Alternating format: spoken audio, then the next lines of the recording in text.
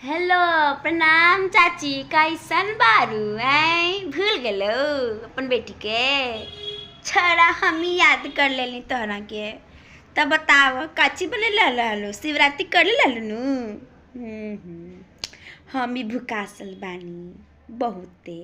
निर्जला सोची ना, सोची कि ना बड़ी दर्द हो कमर में पीठ में, बड़ी काम करनी है। बेटी दुनू चल गईलू ससुराल तो काची करी घरवा में बैठ के।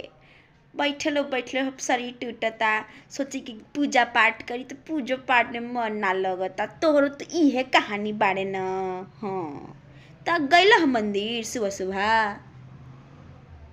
अच्छा हमू गईले रहनी मंदिर। हाँ हमू कल रहनी निर्जला चाची। हाँ तबीयत खराब बाटे फिरो? तबीयत खराब तो होत रहता। शिवरात्रि साल में के बार आलू तो एहे लागे हम कर लेनी, तू हो कर ली हो। हाँ ठीक रखा तनी, बाय बाय।